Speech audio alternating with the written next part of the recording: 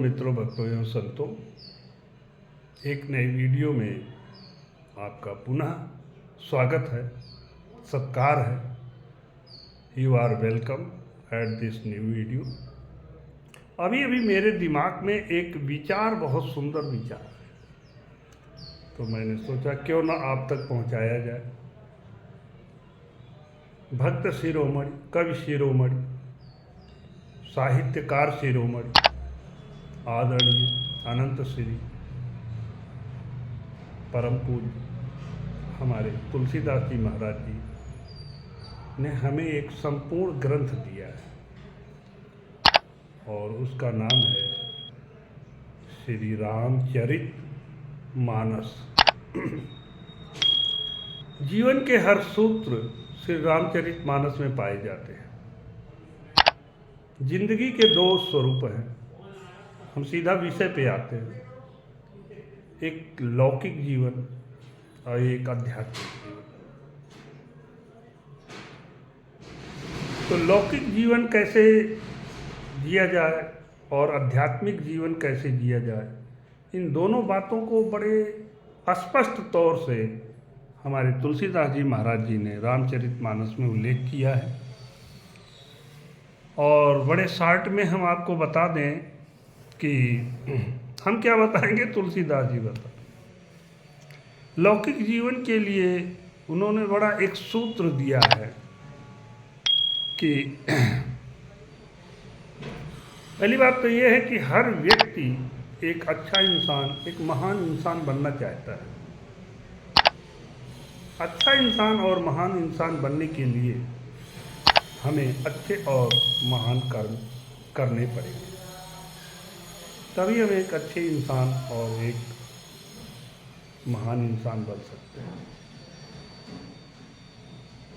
इसके लिए हमारे तुलसीदास जी ने एक ही लाइन में सूत्र दे दिया है कि आप एक अच्छे इंसान कैसे बन सकते हैं, एक सफल जीवन कैसे जी सकते हैं। तो उन्होंने बड़े शार्ट में दिया है कि परहित सरिस धर्म नहीं भाई,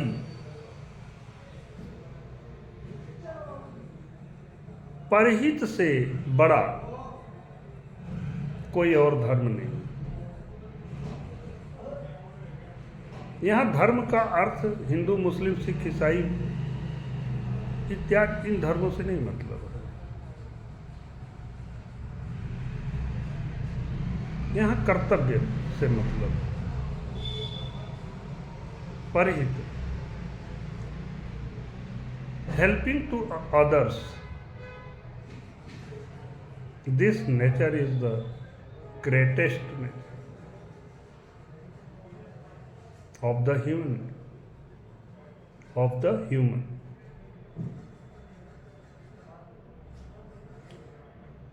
यदि हम अपने जीवन का आधार परहित में लगा दें तो लौकिक जीवन निश्चित जानिए आपका संपूर्ण जीवन हो जाए, सफल जीवन हो जाए और दूसरे की नज़रों में आप एक महान व्यक्ति होंगे। ज़्यादा व्याख्या न करते हुए हम पुनः दूसरे टॉपिक पे आते हैं, आध्यात्मिक। तो ये है लौकिक जीवन जीने का सूत्र कि दूसरे की सहायता करना ही हम अपने जीवन का उद्देश्य बना। जितना आपकी क्षमता है, जैसी आपकी क्षमता है। तो ये लौकिक जीवन जीने का एक सूत्र तुलसीदास जी ने दिया है और जो संपूर्ण है, परफेक्ट है अपने में। इसमें किसी के तर्क वितर्क की आवश्यकता नहीं और न ज़्यादा व्याख्या करने की आवश्यकता है। सीधा स्पष्ट अर्थ है, ज़्यादा जोड़ने की ज़रूरत नहीं, आप समझ ही गए। तो दूसरा पॉइंट है आध्यात्मिक। आध्यात्मिक के विषय में भी उन्होंने बहुत ज़्यादा डिटेल, भ्रम नहीं पैदा किया है, शब्दों का जाल नहीं फैलाया है। क्योंकि जो चीज़ परफेक्ट होती है, पूर्ण होती है, वो कम ही शब्दों में स्पष्ट हो जाती है और वही तुलसीदास जी ने किया है। उन्होंने सीधा सा लिखा है, सकल कामना हीन जे राम भगत रस लीन। अगर आध्यात्मिक जीवन जीना है तो कामना रहित होकर परमात्मा की शरण में जाइए, परमात्मा की भक्ति करिए और उसका नाम जप स्मरण कैसे करिए, ये भी बड़े स्पष्ट शब्दों में दे दिया है कि नाम निरूपण नाम जतन ते सोई प्रगटत जिमि मोल रतन ते।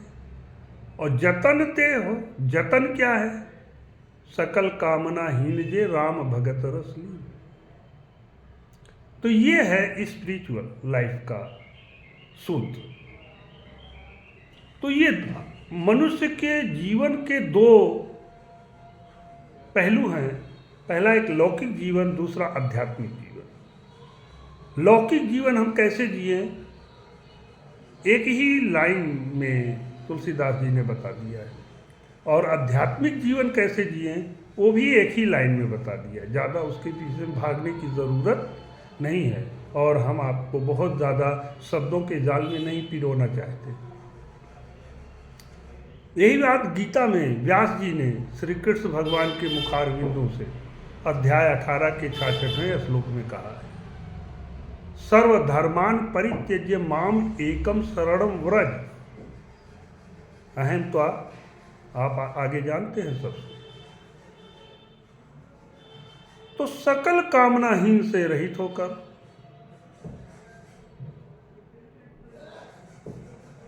सभी धर्मों का परित्याग करके केवल एक भाव से परमात्मा में लीन हो जाइए, स्पिरिचुअल लाइफ आपकी सफल हो जाएगी।